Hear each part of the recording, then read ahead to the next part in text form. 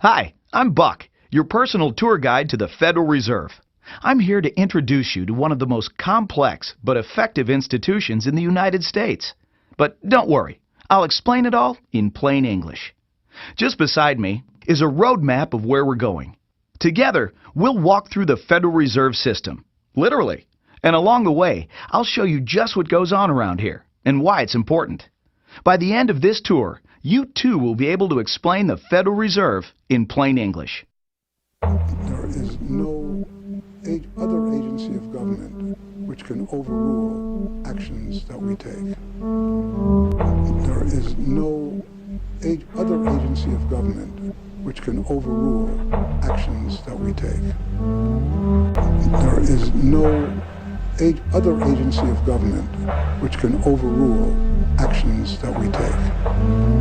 That would effectively be a takeover of monetary policy by the Congress, a repudiation of the independence of the Federal Reserve, which would be highly destructive to the stability of the financial system, the dollar, and our national economic situation. The Federal Reserve does not own any gold at all. We have not owned gold since 1934.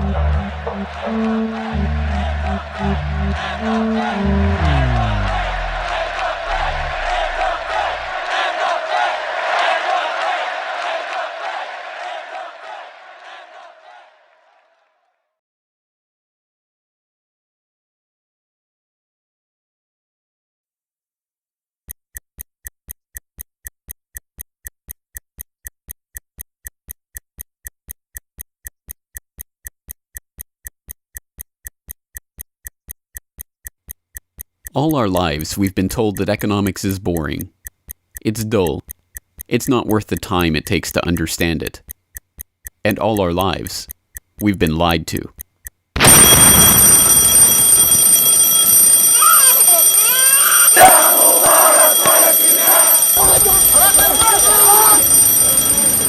War, poverty, revolution. They all hinge on economics, and economics all rests on one key concept. Money. Money. It is the economic water in which we live our lives. We even call it currency. It flows around us, carries us in its wake, drowns those who are not careful. We use it every day, in nearly every transaction we conduct. We spend our lives working for it, worrying about it, saving it, spending it, pinching it.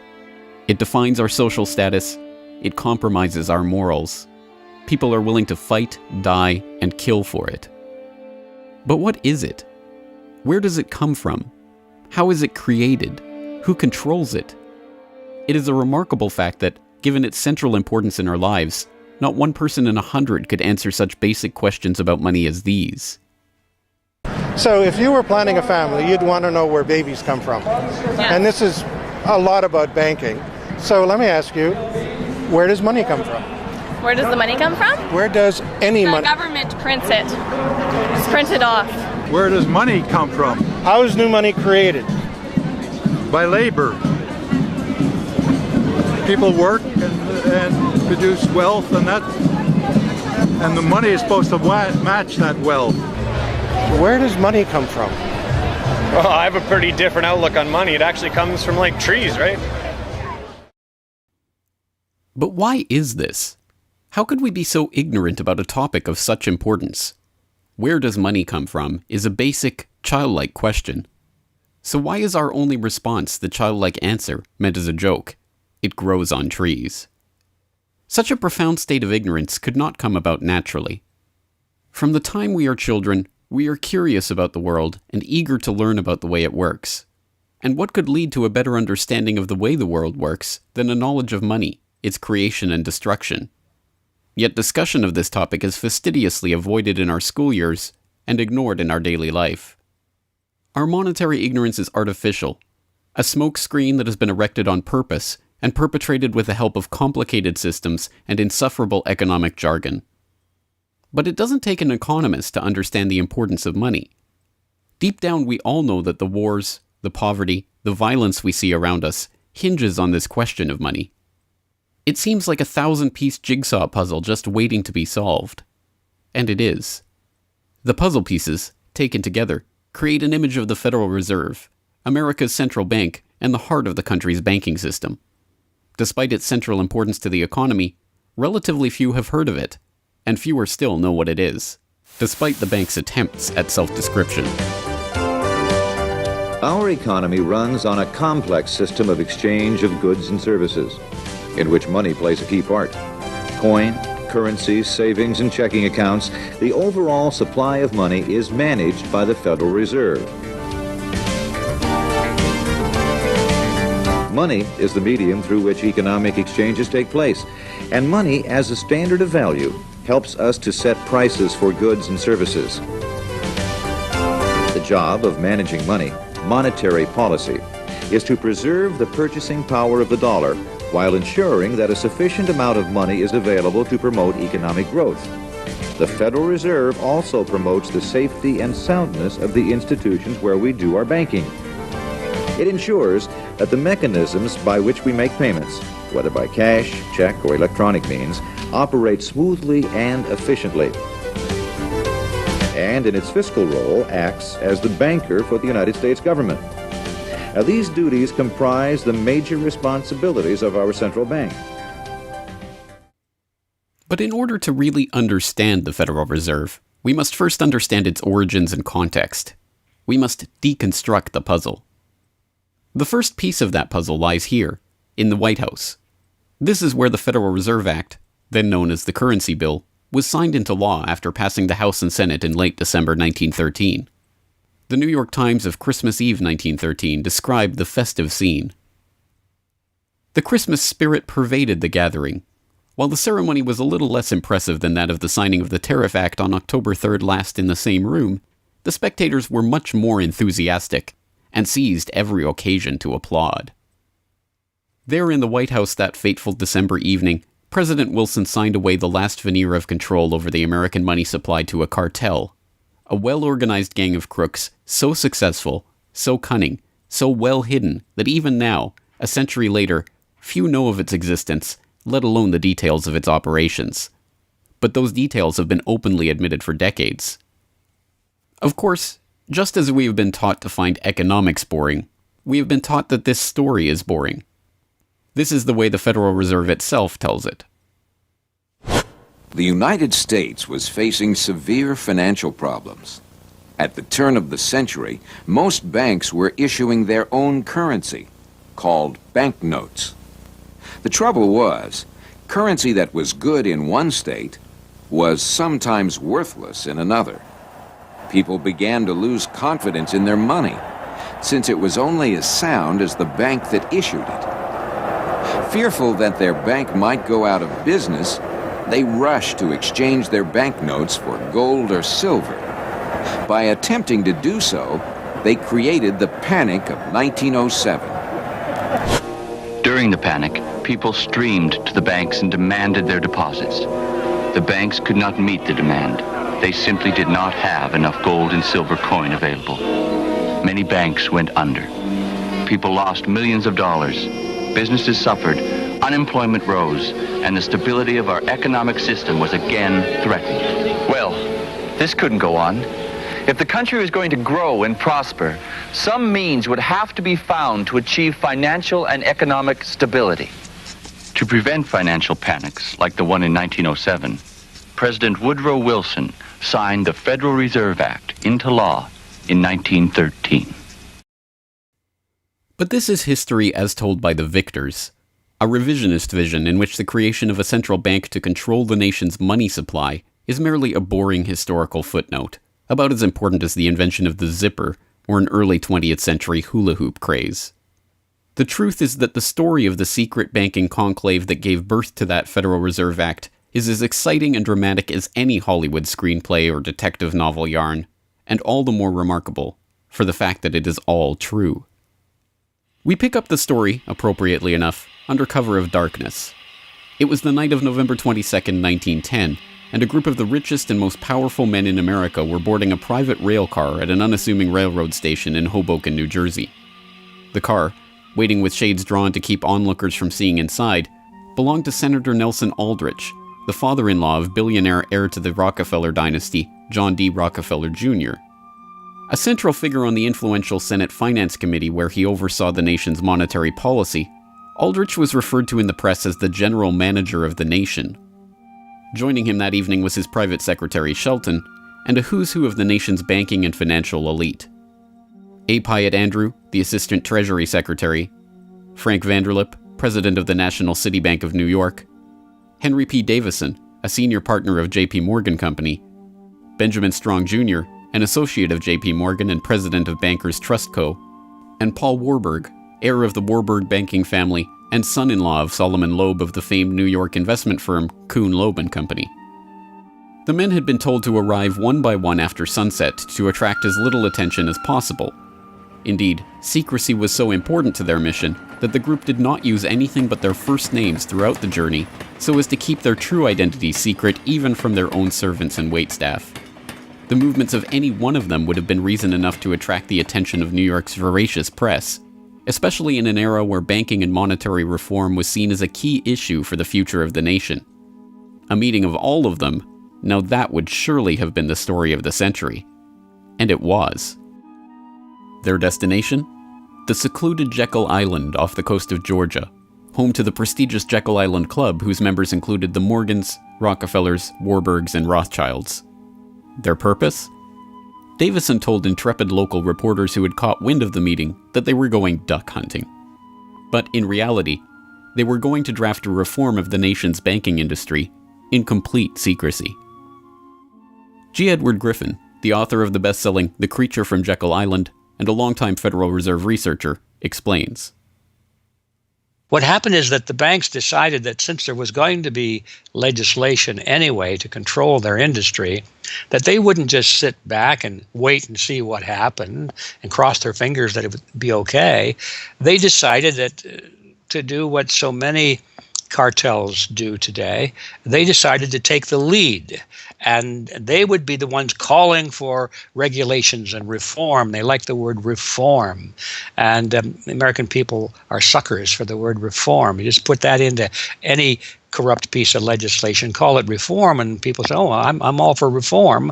And so they vote for it or accept it. So that's what they were doing. They decided we will reform our own industry. In other words, we will create a cartel, and we will give the cartel the power of government. We'll take our cartel agreement so that we can self-regulate to our advantage, and we'll call it the Federal Reserve Act. And then we'll take this cartel agreement to Washington and convince those idiots there to pass it into law. And that basically was the strategy. It was a brilliant strategy. Of course, we see it happening all the time, and certainly in our own day today, we see the same thing happening in other cartelized industry. Right now, we're watching it unfold in the field of healthcare, but at that time, it was banking, all right? And so the banking cartel wrote their own rules and regulations, called it the Federal Reserve Act, got it passed into law, and it was very much to their liking because they wrote it. And in essence, what they had created is a set of rules which made it possible for themselves to regulate their industry, but they went even beyond that. In fact, it's clear to me when I was reading their letters and their conversations at the time and the debates that they never dreamed that Congress would go along and also give them the right to issue the nation's money supply. I mean, not only were they now going to regulate their own industry, which is what they started out as wanting to do, but they got this incredible gift that they didn't dream would be given to them, although they were negotiating for it. And that was Congress gave them the authority to issue the nation's money. And Congress gave away the sovereign right to issue the nation's money to the private banks. And so all of this was in the Federal Reserve Act, and the American people were joyous because they were told and they were convinced that this was finally a means of controlling this big creature from Jekyll Island. Amazingly enough, they were successful, not just in conspiring to write the legislation that would eventually become the Federal Reserve Act, but in keeping that conspiracy a secret from the public for decades. It was first reported on in 1916 by Bertie Charles Forbes, the financial writer who would later go on to found Forbes magazine. But it was never fully admitted until a quarter-century later, when Frank Vanderlip wrote a casual admission of the meeting in the February 9, 1935 edition of the Saturday Evening Post. "I was as secretive, indeed as furtive, as any conspirator. I do not feel it is any exaggeration to speak of our secret expedition to Jekyll Island as the occasion of the actual conception of what eventually became the Federal Reserve System." Over the course of their 9 days of deliberation at the Jekyll Island Club, they devised a plan so overarching, so ambitious, that even they could scarcely imagine that it would ever be passed by Congress. As Vanderlip put it, "Discovery of our plan, we knew, simply must not happen, or else all our time and effort would be wasted. If it were to be exposed publicly that our particular group had got together and written a banking bill, that bill would have no chance whatever of passage by Congress." So what precisely did this conclave of conspirators devise at their Jekyll Island meeting? A plan for a central banking system to be owned by the banks themselves, a system which would organize the nation's banks into a private cartel that would have sole control over the money supply itself. At the end of their 9-day meeting, the bankers and financiers went back to their respective offices content in what they had accomplished. The details of the plan changed between its 1910 drafting and the eventual passage of the Federal Reserve Act, but the essential ideas were there. But ultimately, this scene on Jekyll Island, too, is just one piece of a larger puzzle. And like any other puzzle piece, it has to be seen in its wider context for the bigger picture to become visible. To understand the other pieces of the puzzle and their importance in the creation of the Federal Reserve, we have to travel backward in time. The story begins in late 17th century Europe. The 9 Years' War is raging across the continent as Louis XIV of France finds himself pitted against much of the rest of the continent over his territorial and dynastic claims. King William III of England, devastated by a stunning naval defeat, commits his court to rebuilding the English navy. There's only one problem: money. The government's coffers have been exhausted by the waging of the war, and William's credit is drying up. A Scottish banker, William Patterson, has a banker's solution. A proposal to form a company to lend £1 million to the government at 6% plus $5,000 management fee, with the right of note issue.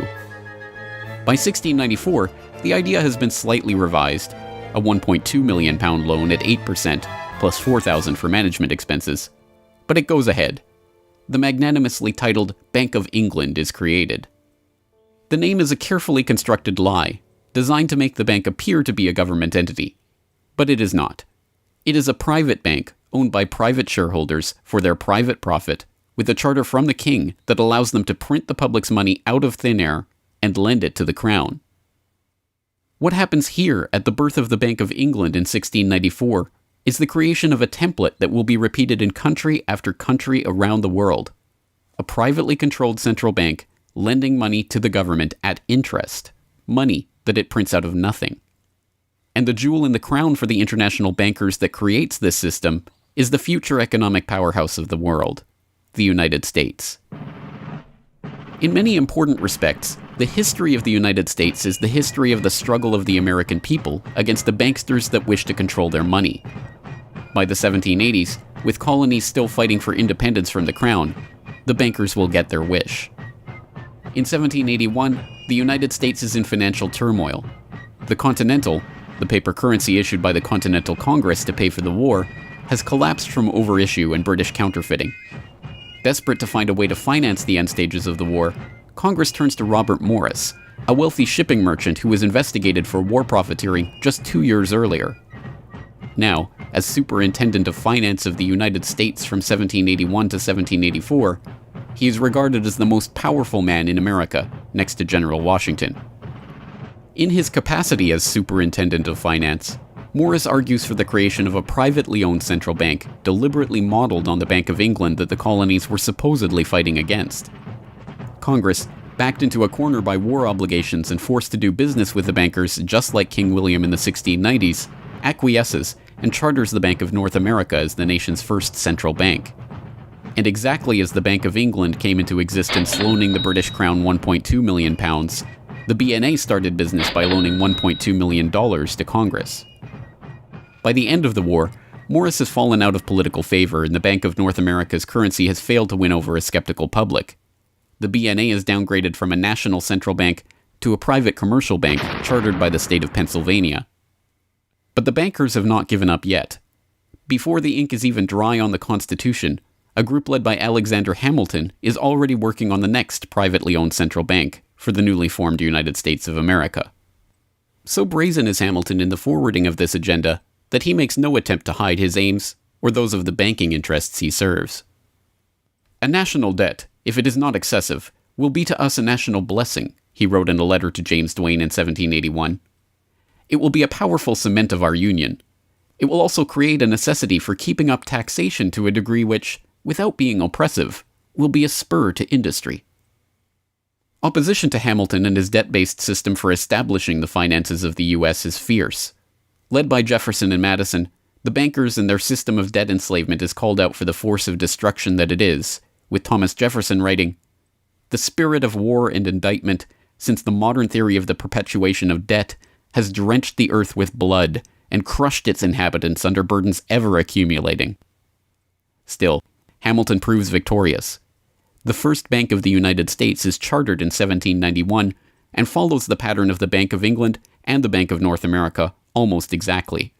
A privately owned central bank with the authority to loan money that it creates out of nothing to the government. In fact, it is the very same people behind the new bank as were behind the old Bank of North America. It was Alexander Hamilton, Robert Morris's former aide, who first proposed Morris for the position of financial superintendent, and the director of the old Bank of North America, Thomas Willing, is brought in to serve as the first director of the First Bank of the United States. Meet the new banking bosses, same as the old banking bosses. In the first 5 years of the bank's existence, the U.S. government borrows $8.2 million from the bank, and prices rise 72%. By 1795, when Hamilton leaves office, the incoming Treasury Secretary announces that the government needs even more money and sells off the government's meager 20% share in the bank, making it a fully private corporation. Once again, the U.S. economy is plundered while the private banking cartel laughs all the way to the bank that they created. By the time the bank's charter comes due for renewal in 1811, the tide has changed for the money interests behind the bank. Hamilton is dead, shot to death in a duel with Aaron Burr.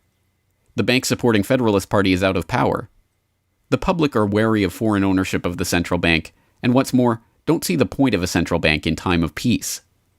Accordingly, the charter renewal is voted down in the Senate, and the bank is closed in 1811. Less than a year later, the U.S. is once again at war with England. After 2 years of bitter struggle, the public debt of the U.S. has nearly tripled from $45.2 million to $119.2 million. With trade at a standstill, prices soaring, inflation rising, and debt mounting, President Madison signs the charter for the creation of another central bank, the Second Bank of the United States, in 1816. Just like the two central banks before it, it is majority privately owned and is granted the power to loan money that it creates out of thin air to the government. The 20-year bank charter is due to expire in 1836, but still in his first term, President Andrew Jackson has already vowed to let it die prior to renewal. Believing that Jackson won't risk his chance for re-election in 1832 on the issue, the bankers forward a bill to renew the bank's charter in July of that year, 4 years ahead of schedule. Remarkably, Jackson vetoes the renewal charter and stakes his re-election on the people's support of his move. In his veto message, Jackson writes in no uncertain terms about his opposition to the bank. Whatever interest or influence, whether public or private, has given birth to this act, it cannot be found either in the wishes or necessities of the executive department, by which present action is deemed premature, and the powers confirmed upon its agent not only unnecessary, but dangerous to the government and country. It is to be regretted that the rich and powerful too often bend the acts of government to their selfish purposes. If we cannot at once, in justice to interests vested under improvident legislation, make our government what it ought to be, we can at least take a stand against all new grants of monopolies and exclusive privileges, against any prostitution of our government to the advancement of the few at the expense of the many, and in favor of compromise and gradual reform in our code of laws and system of political economy. The people side with Jackson, and he's re-elected on the back of his slogan, "Jackson and no bank." The president makes good on his pledge. In 1833, he announces that the government will stop using the bank and will pay off its debt. The bankers retaliate in 1834 by staging a financial crisis and attempting to pin the blame on Jackson, but it's no use.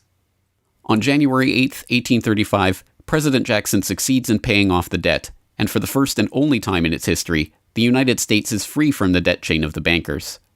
In 1836, the Second Bank of the United States charter expires, and the bank loses its status as America's central bank. It is 77 years before the bankers can regain the jewel in their crown, but it is not for lack of trying.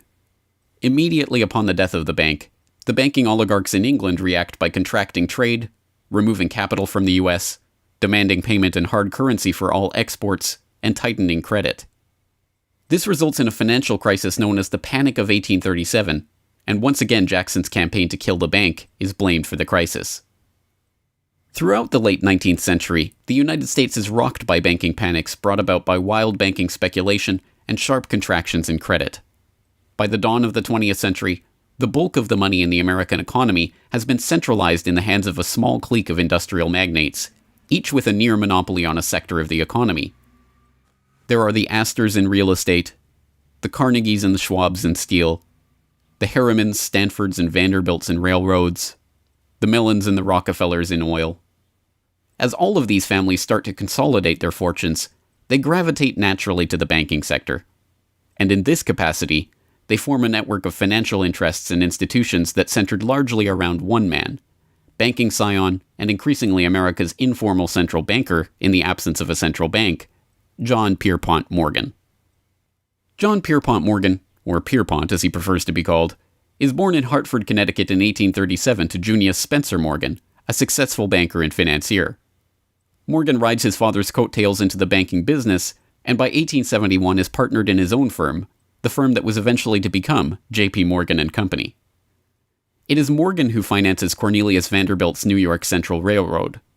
It is Morgan that finances the launch of nearly every major corporation of the period, from AT&T to General Electric to General Motors to DuPont. It is Morgan who buys out Carnegie and creates the United States Steel Corporation, America's first billion-dollar company. It is Morgan who brokers a deal with President Grover Cleveland to save the nation's gold reserves by selling $62 million worth of gold to the Treasury in return for government bonds. And it is Morgan who, in 1907, sets in motion the crisis that leads to the creation of the Federal Reserve. That year, Morgan begins spreading rumors about the precarious finances of the Knickerbocker Trust Company, a Morgan competitor and one of the largest financial institutions in the United States at the time.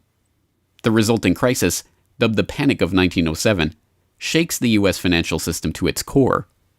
Morgan puts himself forward as a hero, boldly offering to help underwrite some of the faltering banks and brokerage houses to keep them from going under.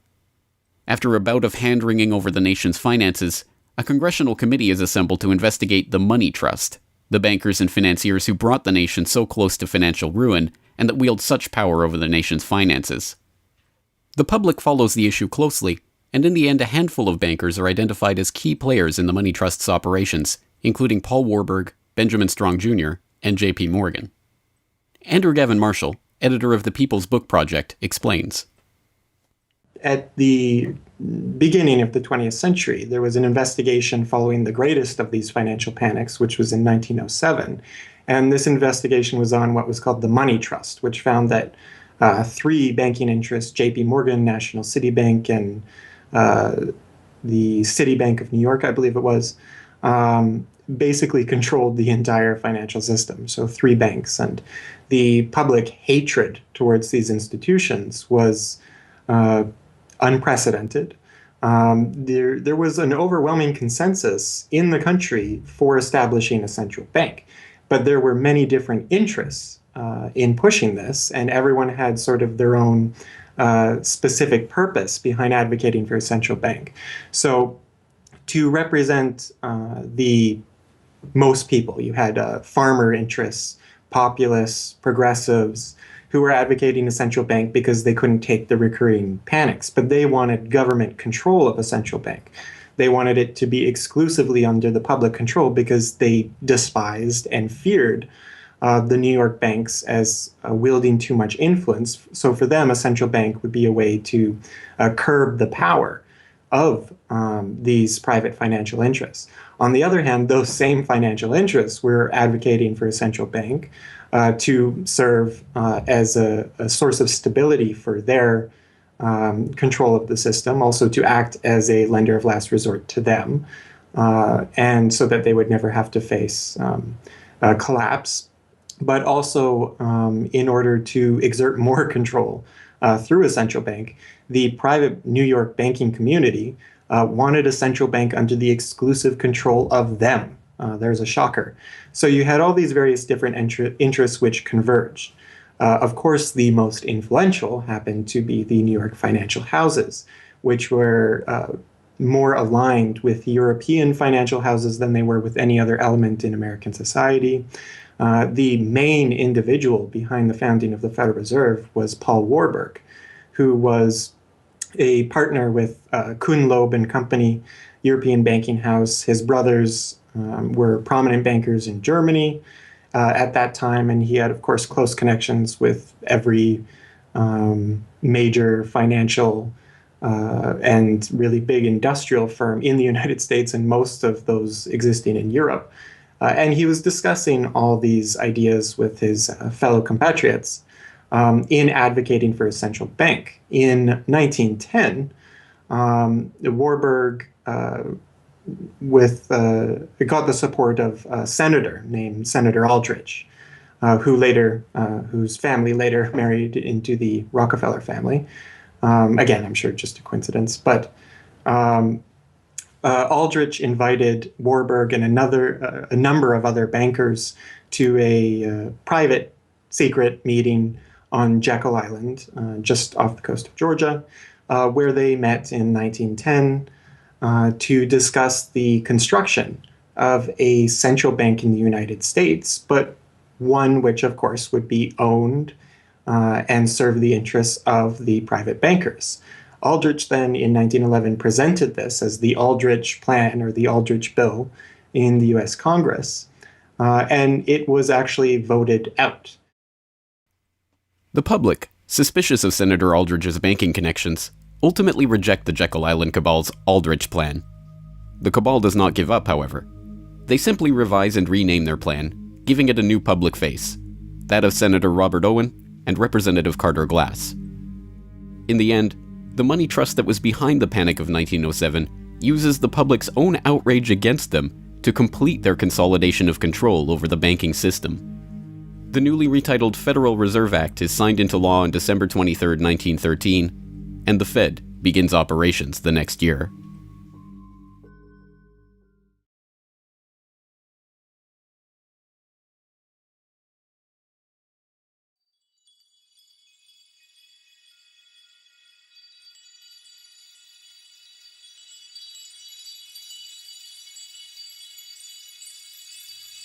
So how does the Federal Reserve System work? What does it do? Who owns and controls it? These are the basic questions that would get to the heart of the fundamental question, what is money? And that is why the answer to these questions have been shrouded in impenetrable economic jargon. Even the Federal Reserve's own educational propaganda, which has an unusual tendency towards cutesy animation and talking down to its audience, has a difficult time summarizing the Fed's mission and responsibilities. According to the Fed, to achieve these goals, the Fed, then and now, combines centralized national authority through the Board of Governors, remember that on the map, with a healthy dose of regional independence through the reserve banks. A third entity, the Federal Open Market Committee, brings together the expertise of the first two in setting the nation's monetary policy. Precisely what imaginary gaggle of schoolchildren is this economic gibberish aimed at?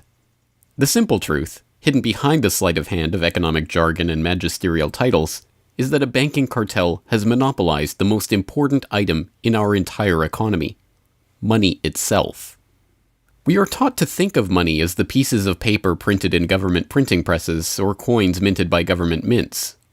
While this is partially true, in this day and age, the actual notes and coins circulating in the economy represent only a tiny fraction of the money in existence. Over 90% of the money supply is in fact created by private banks as loans that are payable back to the banks at interest.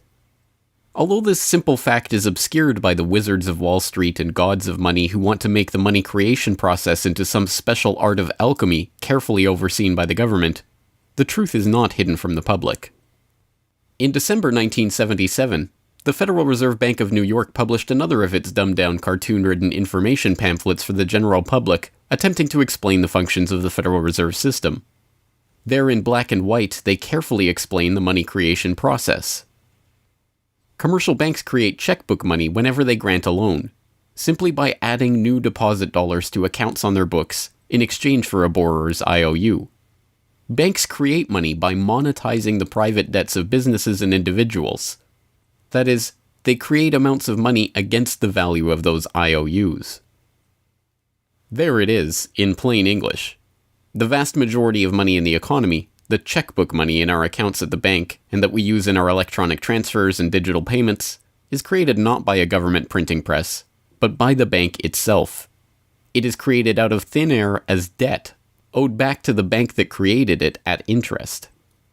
This means that bank loans are not money taken from other bank depositors, but new money simply conjured into existence and placed into your account. And the bank is able to create much more money than it has cash to back up those deposits. The Fed claims to be the entity overseeing and backing up the banking industry. It was established, according to its own propaganda, to stabilize the system and prevent bank runs like the Panic of 1907 from happening again.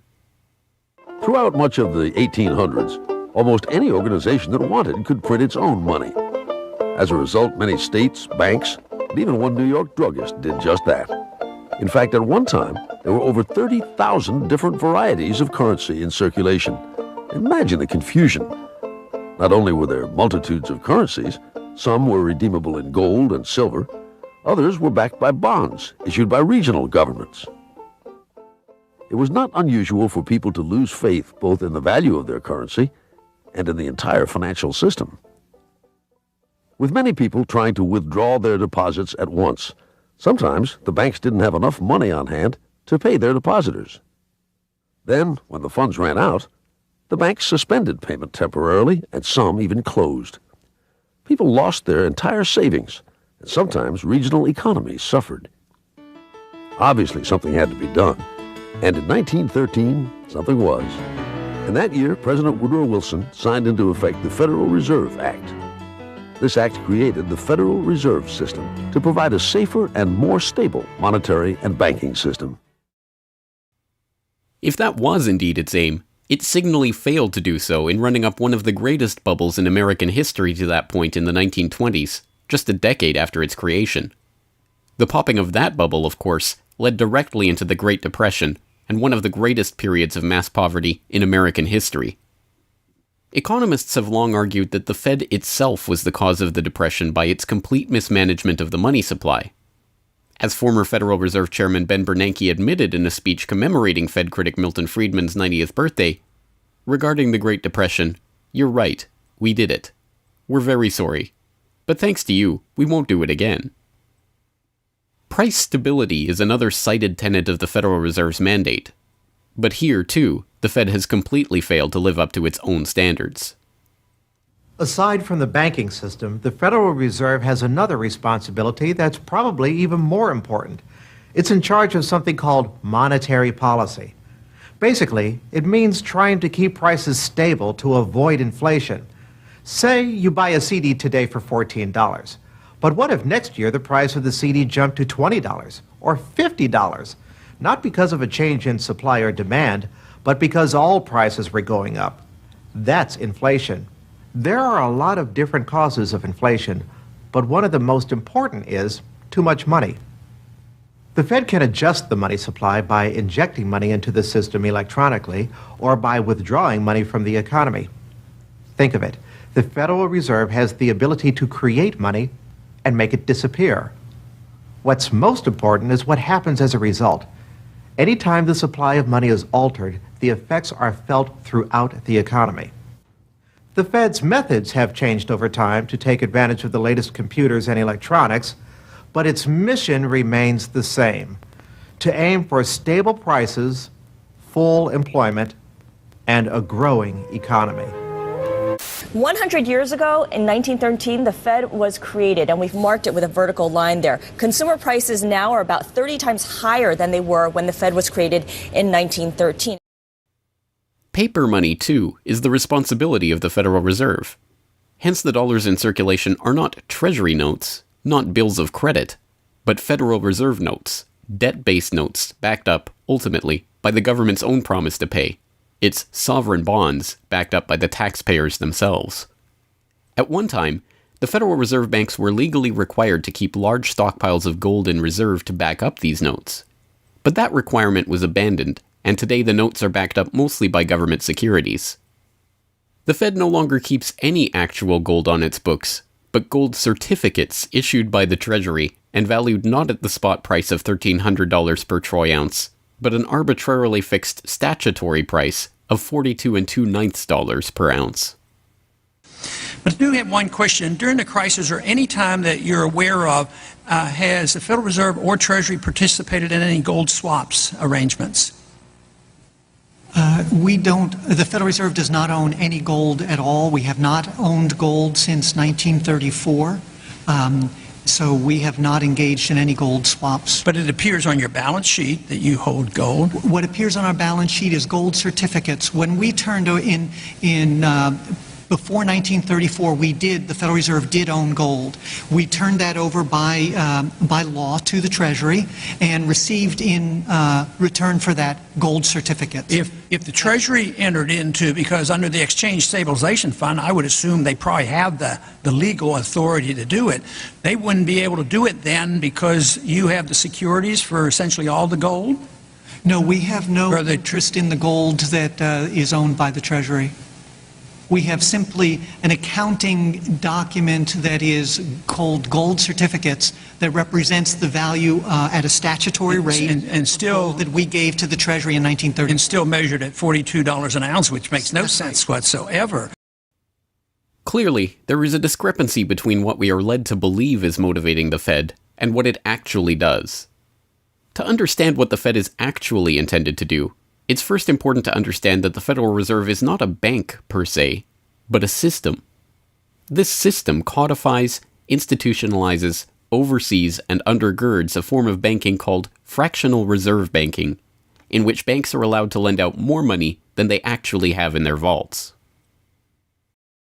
The whole process starts, the process of decay and corruption starts with something called fractional reserve banking. That's the technical name for it.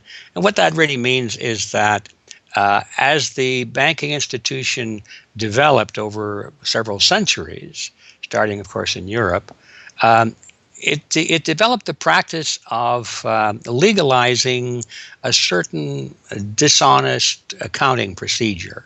In other words, in the very, very beginning, if you want to go all the way back, people would bring their gold or silver to the banks for safekeeping. And they say, give us a paper receipt. And we don't want to guard our silver and our gold because, people could come in the middle of the night and they could kill us or tie us up and threaten us, and they'll get our gold and silver, so we can't really guard it. We'll take it to the bank and have them guard it, and we just want a paper receipt so that we can take the receipt back and get our gold anytime we want. And so in the beginning, money was receipt money. They could then, instead of changing or exchanging the gold coins, they could exchange the receipts, and people would accept the receipts just as well as the gold, knowing they could get the gold.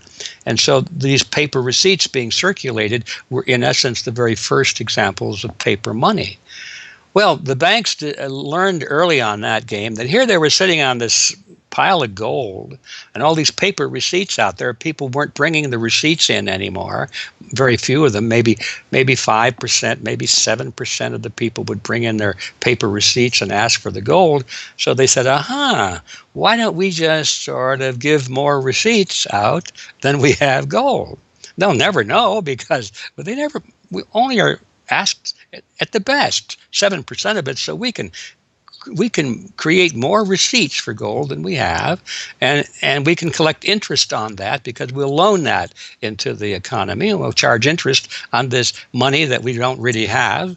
And it's a pretty good gimmick, don't you think? And they, well, yeah, of course. And so that's how fractional reserve banking started. And now it's institutionalized, and they teach it in school. No one ever questions the integrity of it or the ethics of it. They say, well, that's the way banking works. And isn't it wonderful that we now have this flexible currency and we have prosperity and all of this sort of thing? So it all starts with this concept of fractional reserve banking. And the trouble is with that is it works most of the time, but every once in a while, there are a few ripples that come along that are a little bit bigger than the other ripples. And maybe one of them is a wave. And more than 7% will come in and ask for their gold. Maybe 20% will come in, or 30%. And well, now the banks are embarrassed because the fraud is exposed. They say, well, we don't have your gold. What do you mean you don't have my gold? I gave it to you and put it on deposit, and you said you'd safeguard it. Well, we don't have it. We loaned it out. So then the word gets out, and everybody and their uncle comes and lines up for their gold. And of course, they don't have it, and the banks are closed. They have bank holidays, and the banks are embarrassed. They go out of business. People lose their savings, and you have these terrible banking crashes that were ricocheting all around the world prior to this time. And that's what caused the concern. One of the things that caused the concern of the American people, they didn't want that anymore. They wanted to put a stop to that. And that was the whole purpose, supposedly, of the Federal Reserve System, was to put a stop to that. But since the people who designed the plan to put a stop to it were the very ones who were doing it in the first place, you can not be surprised that their solution was not a very good one insofar as the American people were concerned. Their solution was to expand it. Not to control it, but to expand it. See, prior to that time, this little game of fractional reserve banking was localized at the state level. Each state was doing its own little fractional reserve banking system. Each state, in essence, had its own Federal Reserve. Central banks were authorized by state law to do this sort of thing, and that was causing all this problem. And so the Federal Reserve came along and said, well, no, we're not going to do this at the state level anymore because look at all the problem it's causing. We're going to consolidate it all together, and we're going to do it at the national level. The key to this system, of course, is who controls this incredible power to regulate the economy by setting reserve requirements and targeting interest rates. The answer to this question, too, has been deliberately obscured. The Federal Reserve System is a deliberately confusing mishmash of public and private interests, reserve banks, boards and committees, centralized in Washington and spread out across the United States. So you have the Federal Reserve Board in Washington, appointed by the president. That's the only part of this system that is directly dependent upon the government for input. That's the federal part, that the government, the president specifically, gets to choose a few select governors. The 12 regional banks, the most influential of which is the Federal Reserve Bank of New York, essentially based in Wall Street to represent Wall Street, is representative of the major Wall Street banks who own shares in the private, not federal, but private Federal Reserve Bank of New York. All the other regional banks are also private banks. They vary according to how much influence they wield, but the Kansas City Fed is influential, the St. Louis Fed, the Dallas Fed. But the New York Fed is really the center of this system. And precisely because it represents the Wall Street banks who appoint the leadership of the New York Fed. So the New York Fed has a lot of public power, but no public accountability. It has no oversight. It does not answer to Congress the way that the chairman of the Federal Reserve Board of Governors does. And even then, the chairman of the Federal Reserve Board, who is appointed by the president, does not answer to the president. He does not answer to Congress. He goes to Congress to testify, but the policy that they set is independent. So they have no input from the government. The government can't tell them what to do, legally speaking. And of course, they don't. Do you think it would cause problems for the Fed or for the economy if that legislation was to pass? My concern about the legislation is that if the GAO is auditing not only the operational aspects of our programs and the details of the programs, but is making judgments about our policy decisions that would effectively be a takeover of monetary policy by the Congress, a repudiation of the independence of the Federal Reserve, which would be highly destructive to the stability of the financial system, the dollar, and our national economic situation. The Federal Open Market Committee is responsible for setting interest rates. Now, this committee, which is enormously powerful, has as its membership the governor and vice chair of the Federal Reserve Board. But the Federal Open Market Committee, most of the membership is the presidents of the regional Federal Reserve banks representing private interests. So they have significant input into setting the interest rates. Interest rates are not set by a public body, they're set by private financial and corporate interests. And that's whose interests they serve, of course. The reason that the Federal Reserve goes to such great lengths to make its organizational structure as confusing as possible is to cover up the massive conflicts of interest that are at the heart of the system. The fact is that the Federal Reserve System is comprised of a board of governors, 12 regional banks, and an open market committee. The privately owned member banks of each Federal Reserve Bank vote on the majority of the Reserve Bank's directors, and the directors vote on members to serve on the Federal Open Market Committee, which determines monetary policy. What's more, Wall Street is given a prime seat at the table, with tradition holding that the president of the powerful New York Federal Reserve Bank be given the vice chairmanship of the FOMC and be made a permanent committee member. In effect, the private banks are the key determinants in the composition of the FOMC, which regulates the entire economy. According to the Fed, its monetary policy decisions do not have to be approved by the president or anyone else in the executive or legislative branches of government. It does not receive funding appropriated by the Congress, and the terms of the members of the Board of Governors span multiple presidential and congressional terms. Or, in the words of Alan Greenspan, what is the proper relationship, what should be the proper relationship between a chairman of the Fed and a president of the United States? Well, first of all, the Federal Reserve is an independent agency, and that means basically that there is no other agency of government which can overrule actions that we take. The Fed goes on in its self-mythologization to state that it is not a private, profit-making institution. This characterization is dishonest at best, and an outright lie at worst. The regional banks are themselves private corporations, as noted in a 1928 Supreme Court ruling. Instrumentalities like the national banks or the Federal Reserve Banks, in which there are private interests, are not departments of the government. They are private corporations in which the government has an interest. This point is even admitted by the Federal Reserve's own senior counsel. Our regulations do specify overall terms for the lending, but the day-to-day operation of the banking activities are conducted by the Federal Reserve banks. They are banks, and indeed they do lend, and they do interact they're their with own depositors. agency then, essentially, They are not in that agencies. regard. Yes, they're not agencies, Your Honor. They're persons under FOIA. Each Federal Reserve Bank, the stock is owned by the member banks in the district, 100% privately held. They have private boards of directors. Majority of those boards are appointed by the independent banks, private banks in the district. They are not agencies. These private corporations issue shares that are held by the member banks that make up the system, making the banks the ultimate owners of the Federal Reserve Banks. Although the Fed's profits are returned to the Treasury each year, the member banks' shares of the Fed do earn them a 6% dividend. According to the Fed, the fixed nature of these returns means that they are not being held for profit. Despite the dishonest nature of this description, however, it is important to understand that the bankers who own the Federal Reserve indeed do not make their money from the Fed directly. Instead, the benefits are much less obvious and much more insidious. The simplest way that this can be understood is that, as a century of history and the specific example of the last financial crisis shows, the Fed was used as a vehicle to bail out the very bankers who own the Fed banks in the most obvious example of fascistic collusion imaginable.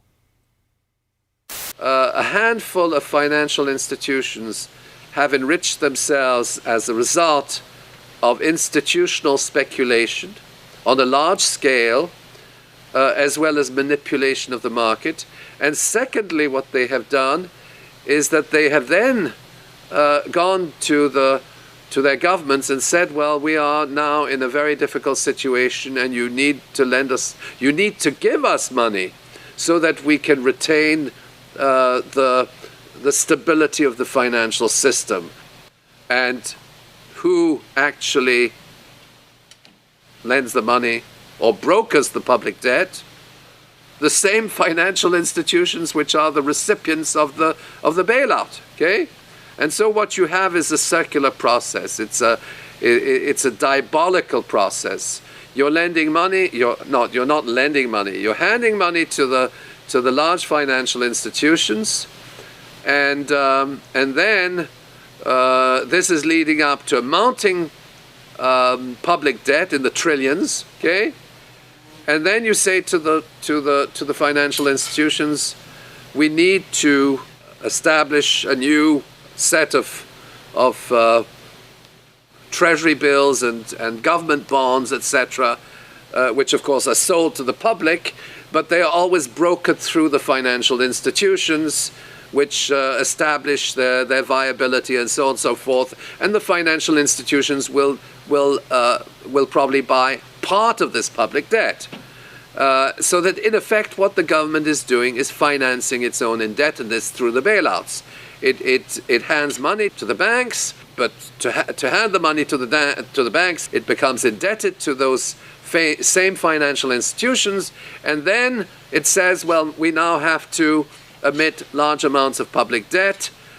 Please, can you help us? And then the banks will say, well, your books are not quite in order.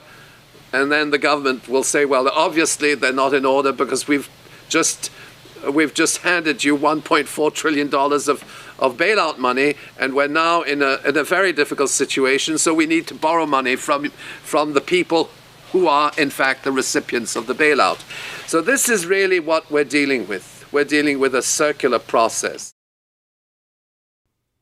The 2008 crisis and subsequent bailouts are merely the latest and most brazen examples of the fundamental conflicts of interest at the heart of America's privately owned central banking system. Beginning with the collapse of Lehman Brothers in September of that year, the Federal Reserve embarked on an unprecedented program of bailouts and special zero-interest lending facilities for the very banks that had caused the subprime meltdown in the first place.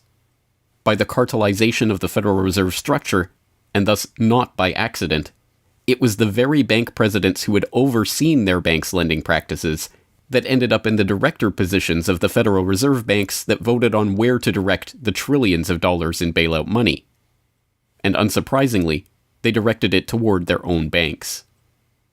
A stunning 2011 Government Accountability Office report examined $16 trillion of bailout facilities extended by the Fed in the wake of the crisis and exposed numerous examples of blatant conflicts of interest. Jeffrey Immelt, chief executive of General Electric, served as a director on the board of the Federal Reserve Bank of New York. At the same time, the Fed provided $16 billion in financing to General Electric. JP Morgan Chase chief executive Jamie Dimon, meanwhile, was also a member of the board of the New York Fed during the period that saw $391 billion in Fed emergency lending directed to his own bank. In all, Federal Reserve Board members were tied to $4 trillion in loans to their own banks. These funds were not simply used to keep these banks afloat, but actually to return these Fed-connected banks to a period of record profits in the same period that the average worker saw their real wages actually decrease and the economy on Main Street slow to a standstill. Ben Bernanke, at that time the chairman of the Federal Reserve Board of Governors, was confronted about these conflicts of interest by Senator Bernie Sanders upon the release of the GAO report in June 2012. Senator, you raised an important point, which is that this is not something the Federal Reserve created. This is in the statute. Congress in the Federal Reserve Act said this is the governance of the Federal Reserve, and more specifically that bankers would be on the board. And 6 out of 9. Sorry? 6 out of 9 in the regional banks are coming from the banking industry. That's correct, and that is in the law. And right. I'll answer your question, though. The answer to your question is that Congress set this up. We have tried. I think we've made it into something useful and valuable. We do get information from it. But if Congress wants to change it, of course, we will work with you to find alternatives. Bernanke is completely right. These conflicts are, in fact, a part of the institution itself. A structural feature of the Federal Reserve that was baked into the Federal Reserve Act itself over 100 years ago by the bankers who conspired to cartelize the nation's money supply. You could not ask for a more succinct reason why the Federal Reserve itself, this admitted cartel of banking interests, needs to be abolished. But you could get one.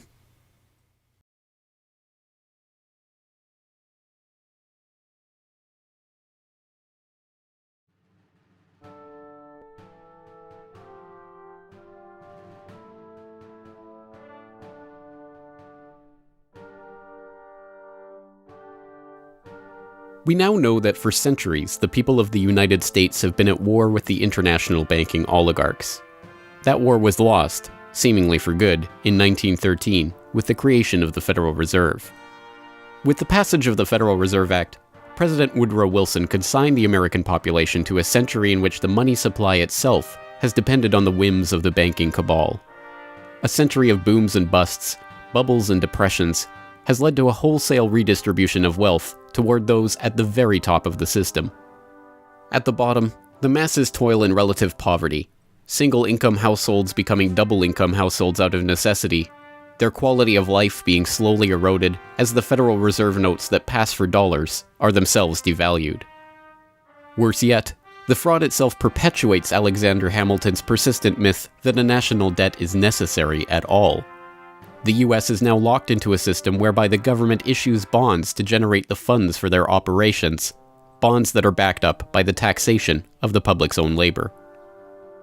The perpetrators of this fraud, meanwhile, remain in the shadows, largely ignored by a general public that could instantly recognize the latest Hollywood heartthrob or pop idol, but have no clue what the head of Goldman Sachs or the New York Fed does, let alone who they are. This cabal bear allegiance to no nationality, no philosophy or creed, no code of ethics. They are not even motivated by greed, but power. The power that the control of the money supply inevitably brings with it. After a person has all the money in the world that you could possibly use to buy anything you want, what's left to capture your imagination? And the answer, of course, is power. Power over people. Now, money is power over people, but there's another power over people as well, and that is the political power, the social power. And I think this has now become the dominant driving force of these people. They've already got the money. They've got it locked down. Now they're striving for this new world order, as their name for it. They want all of the world into one political unit, which they dominate, not only with money, but with military and psychological means and education and media and propaganda. They want total control over every human on the planet.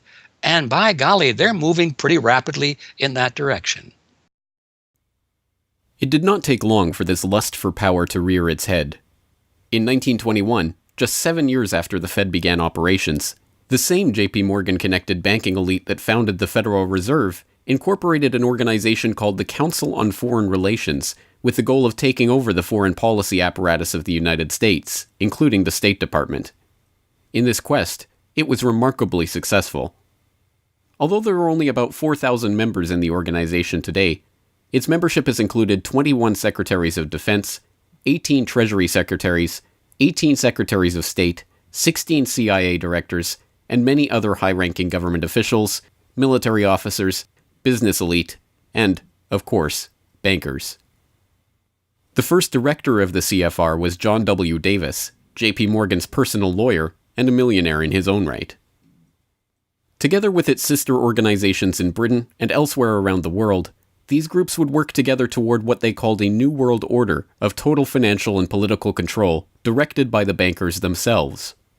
As Carroll Quigley, noted Georgetown historian and mentor of Bill Clinton, wrote in his 1966 work, Tragedy and Hope, A History of the World in Our Time, the powers of financial capitalism had a far-reaching aim, nothing less than to create a world system of financial control in private hands, able to dominate the political system of each country and the economy of the world as a whole. This system was to be controlled in a feudalist fashion by the central banks of the world acting in concert, by secret agreements arrived at in frequent private meetings and conferences. The apex of the system was to be the Bank for International Settlements in Basel, Switzerland, a private bank owned and controlled by the world's central banks, which were themselves private corporations. This is why the bankers and their partners in government and business conspired to bring about the 2008 crisis. Not for the pursuit of money, but power. In the same way the bankers used the panic of 1907 to consolidate their control over the money supply, they hope to use the 2008 crisis and subsequent panics, which they themselves have created, to consolidate their political control. The International Summit for the Global Financial Crisis has been expanded from G7 to G20 because the leading 7 developed countries cannot solve the crisis alone. This expanded meeting raises the question whether a new global financial system will be created. So is this some sort of new world order, which Gordon Brown kind of alluded to? British Prime Minister Gordon Brown has described the quote-unquote guiding principles to be addressed at the summit. They are transparency, sound banking, responsibility, integrity, and get this, global governance, unquote. I think a new world order is emerging, and with it the foundations of a new and progressive era of international cooperation. The inevitable conclusion, one that flows necessarily from the true understanding of this situation, is that the Federal Reserve System needs to be consigned to the dustbin of history. After a century of enslavement, it is time for the American public to finally throw off the bankers' debt chains. If there was ever a point in human history to start questioning alternatives, this would be it. And to think that where we are and simply say, oh, well, this is the best of our options. How many of the best options lead to self-destruction? Doesn't sound like a best option. I think that with a world of 7 billion people, we can probably come up with something better than a system in which a few thousand people benefit so much at the expense of everything else on this world, and at the expense of the potential for the future of mankind. They're leveraging our future. And so long as we accept this way of thinking, so long as we accept these institutions as having dominance, that's the direction we'll be going. So I think reform is a good way to try and stall and to push back directly against the expanding and evolving power structures. But a radical change is what's really needed, and that has to be built from the bottom up. But I think that these two processes can and should go together in parallel. If you've made it this far, congratulations. You are now better informed on the economic history of the United States and the truth about the Federal Reserve than 99% of the population. If you do nothing else, then just working to get those around you educated on this information alone will have a profound effect.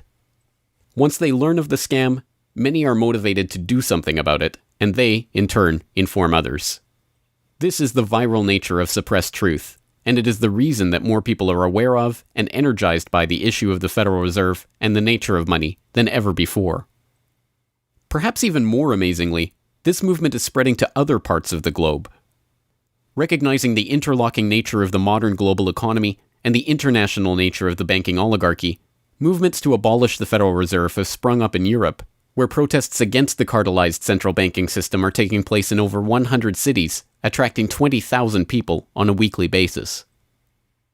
I started this movement because I realized that the Federal Reserve Act, in my opinion, is one of the most worst laws in the whole world. So a private banking company is lending America the money, and in my opinion, America is not any more democratic. The Federal Reserve tells the government what to do, and that's a problem. It's a very big problem, especially in the US. Why is it a global issue, and why are people doing it here in Germany? Because when you realize that this finance system, it's a global system, you have to go to the really beginning of the system. And in my opinion, it's also the World Bank and the International Fund of Currencies and stuff like this. But at the beginning of all this is a law from 1913. Woodrow Wilson signed it. And this is the beginning of all this hardcore capitalism we are suffering right now from. And the only way to stop this is maybe to break this law. But what if the burgeoning movement to end the Fed is successful? What system do people propose as the answer? There have been several proposals along different lines by various researchers. Some argue for a return to America's colonial roots of debt-free money issued by state-run banks, pointing to the Bank of North Dakota as one already functioning, successful model of this approach. We've had two banking systems ever since the 1860s, with the state bank system and the federal bank system. And the federal bank system are the big Wall Street banks, particularly. They dominate the federal system. So they're taking over right now. I mean, in California, we don't even have any local banks where I am. They're now, we had two, and I had accounts in both of them, and they're now, one of them is Chase Bank and the other is U.S. Bank. So they're both big Wall Street banks now. They've been taken over. So if you can keep, it's the local banks that have an interest in serving the local business. The big banks have no interest in making loans to local business. It's too risky. Why should they bother? They've got this virtually free money they can get from the Fed and from each other, and it's much more lucrative to them either to speculate in commodities or other things abroad, or what works very well for them is to buy long-term government bonds at 3%, because these have no capital requirement. The capital requirement for government bonds are zero. So they can buy all of those that they want. Whereas if they buy, let's say, mortgages, or if they make loans for mortgages, or they make loans to businesses, then they have to worry about their capital requirement. And as soon as they've used up all their capital, in other words, $8 of capital will get you $100 of loans, then they can't make any more loans. They have to wait for 30 years till those loans get paid off. So what they do, if they do buy mortgages, is sell them off to investors. And so that was the whole mortgage-backed securities scam that we've seen.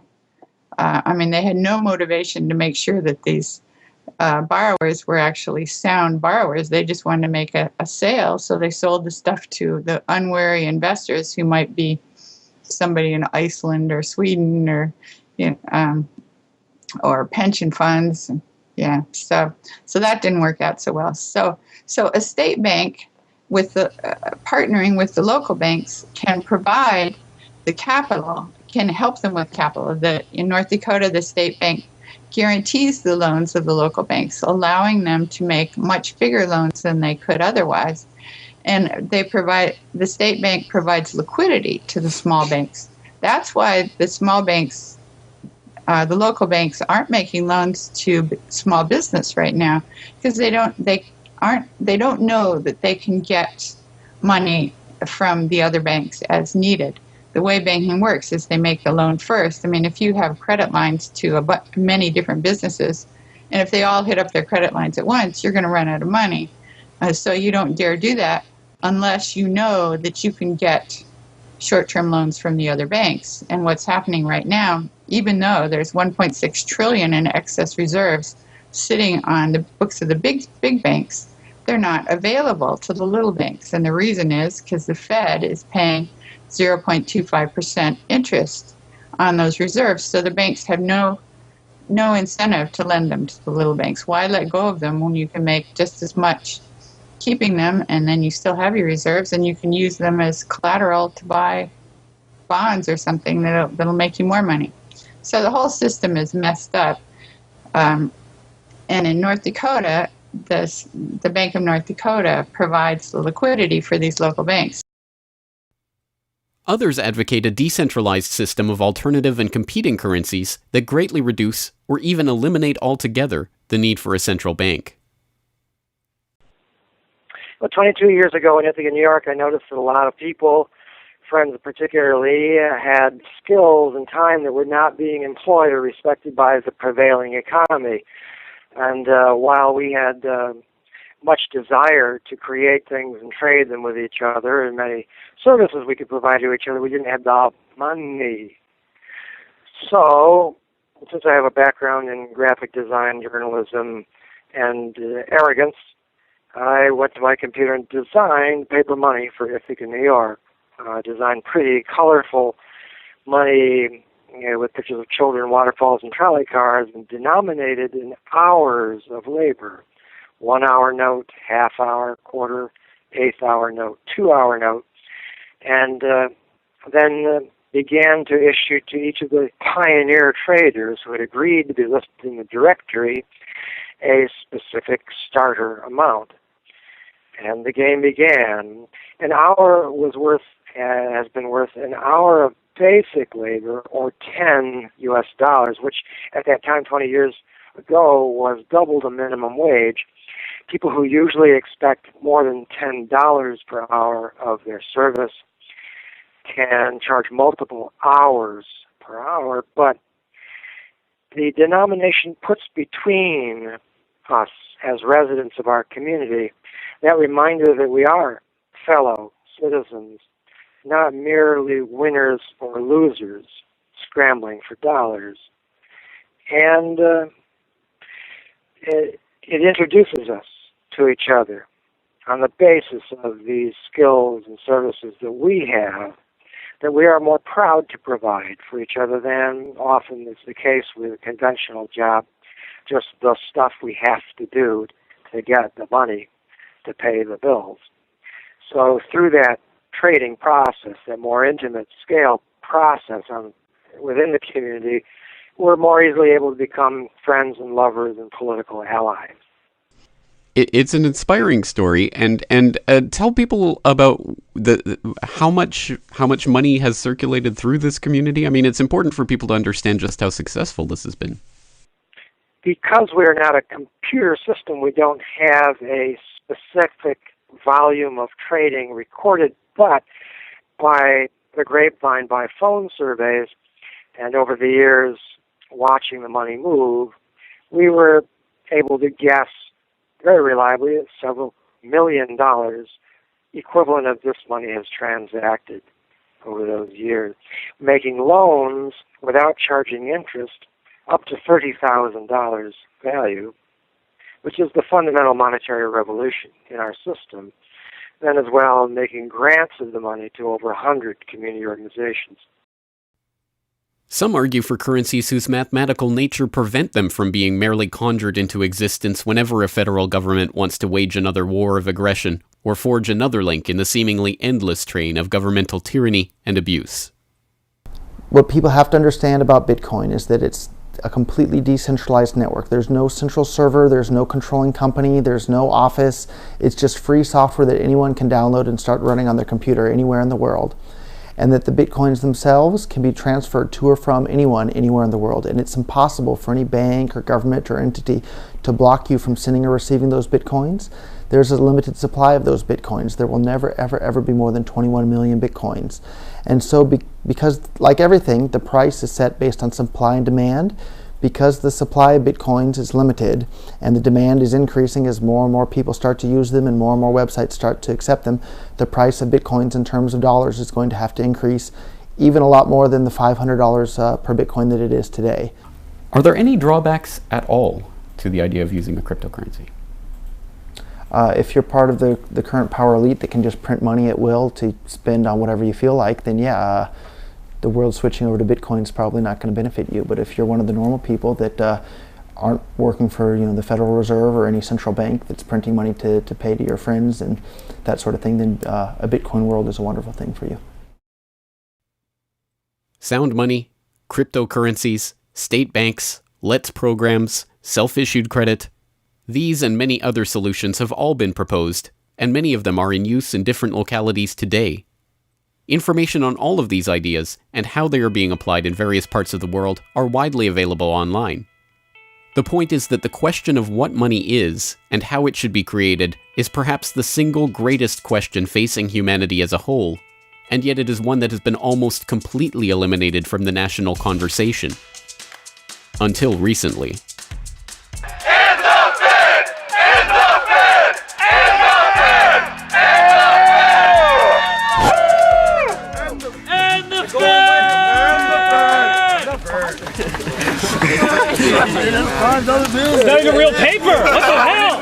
And the Fed! And the Fed!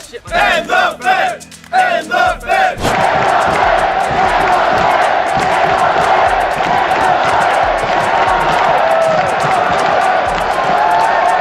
I haven't even gotten to that part yet. Will you do it again when I get to that part?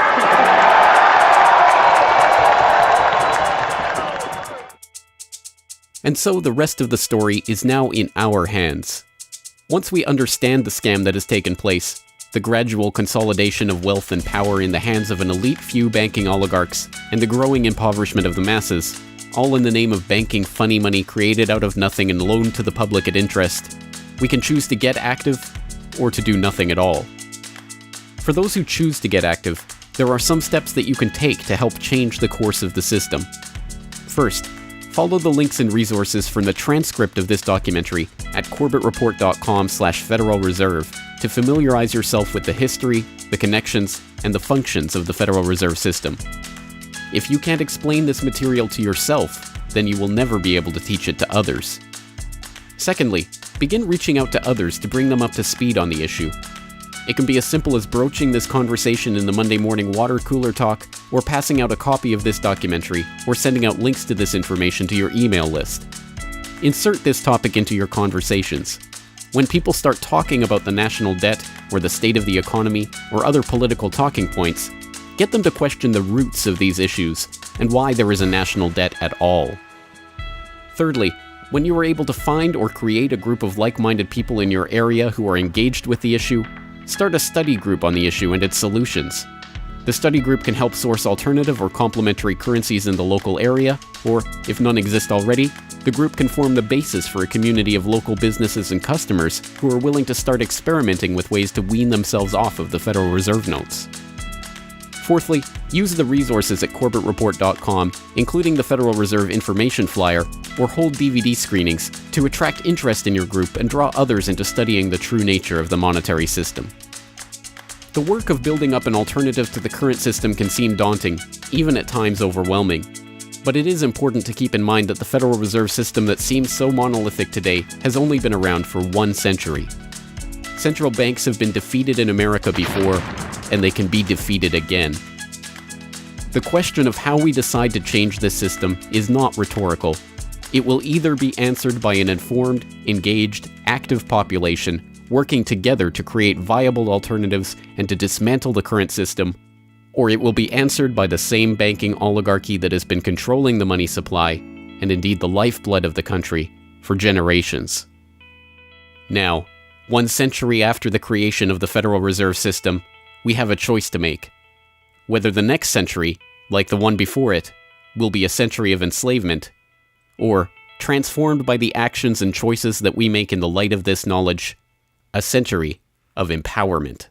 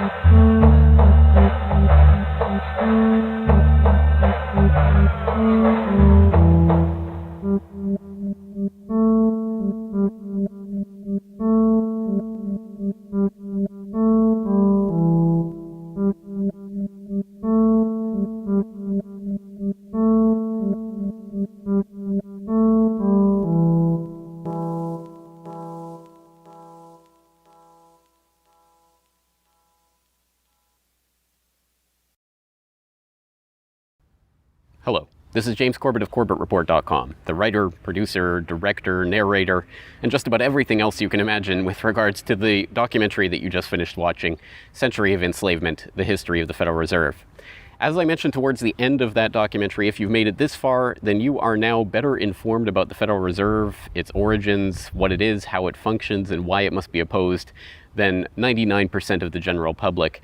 And if you've made it this far, then you are obviously one of the very few who is very eager and motivated to join the rising tide of free humanity that is seeking to throw off the debt chains of the banksters in the United States and around the world. And if you are so motivated, then I have some treats for you. I have some resources that I'd like to direct you to. As I mentioned again towards the end of that documentary, there are some resources up at CorbettReport.com that I hope will help you in your quest to better inform yourself and better inform others about the Federal Reserve System.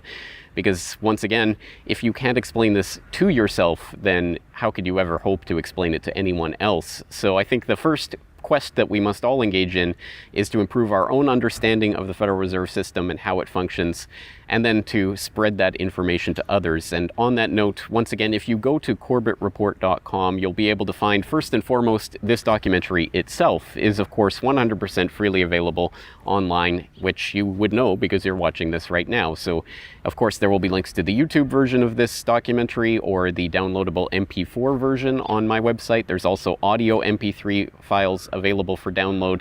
All of those, again, freely open to the public, and I do encourage you to send them out to others if you do find it to be a valuable resource yourself.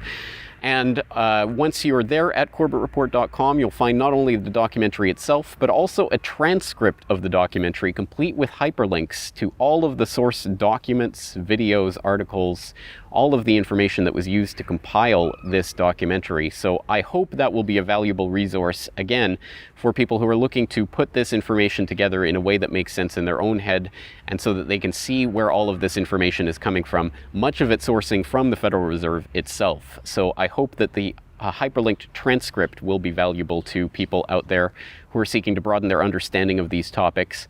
And you will also find there a news information pamphlet that I have put together with the help of Mike Krentz of MikeKrentz.com, a graphic designer who's helped me out a lot behind the scenes on the website. As you can tell from the graphics on this documentary, I'm not a graphic designer myself by trade or by training. So I certainly do appreciate Mike's help in putting this information pamphlet together.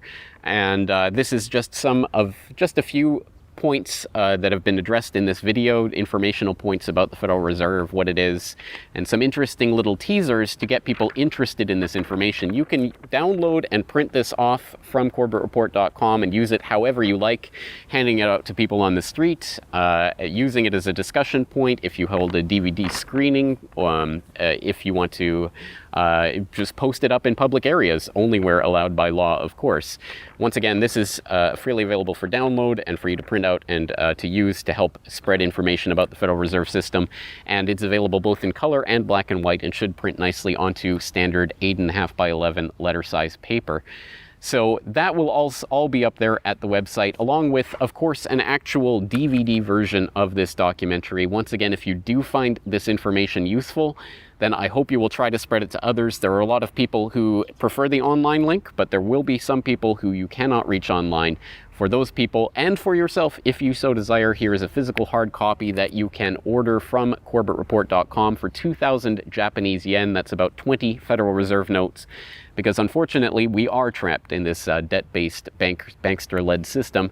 So we do all require these pieces of paper in order to put a roof over our head and food on the table, myself included. So your support is obviously greatly appreciated. And for that 2,000 Japanese yen, about 20 Federal Reserve notes, you'll receive this documentary. Disc 1 containing the documentary itself. Disc 2, the full 1-hour interview with G. Edward Griffin. So I think, again, a valuable resource for people who are looking for more information about the Federal Reserve. So that's available at CorbettReport.com, along with all of this that we've talked about here, the information pamphlet, the hyperlink transcript, all of the various formats this is available in. Once again, I've tried to make this as straightforward as possible and also as detailed as possible so that you can start to further your own exploration and understanding of this system that we're facing. Once again, of course, any way that you choose to get this information out to others is greatly appreciated, but if you do want to send the Corbett Report links around, the best one to use is CorbettReport.com/Federal Reserve. That will have the documentary in the YouTube format, it will have the downloadable MP3 and MP4 formats, it will have the transcript, it will have the downloadable information pamphlet, And it will also have a link to buy the DVD. So all of that will be there at corbettreport.com/Federal Reserve. Please send people there if you're going to send people anywhere. So once again, I really do salute you for taking time out of your busy day, out of your schedule, to devote yourself to watching and learning and understanding this material, and to helping spread this information and awareness to others, because it is only together that we will ever be able to form the movement that will ultimately turn the tide against the banksters and defeat the Federal Reserve and all of the similarly privately controlled central banks all around the world. So once again, thank you for your time and attention. I'm James Corbett of CorbettReport.com.